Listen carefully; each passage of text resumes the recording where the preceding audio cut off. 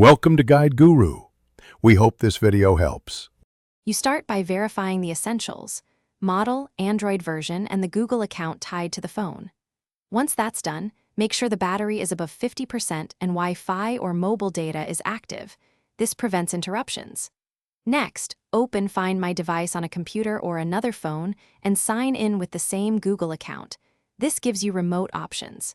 If you can already access your Google credentials, proceed now to attempt remote unlock or account recovery, because time and connection matter for success. You should first use Google Find My Device. Select the locked device, then try Secure Device or Erase Device to remove the lock remotely. If that fails or the phone is offline, reboot into recovery mode. Power plus volume keys vary by model, then perform a factory reset. This erases data but removes the lock.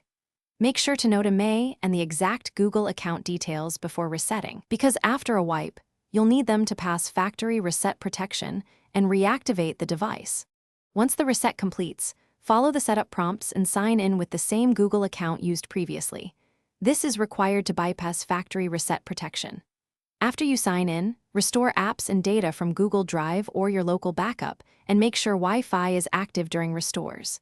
If you cannot pass FRP, pause and contact the carrier or manufacturer. Have proof of purchase and serial/IMEI ready. They can assist with authorized unlocking. As a tip, always enable a recovery email and two-step verification beforehand. Thanks for watching. Consider subscribing if we helped you today.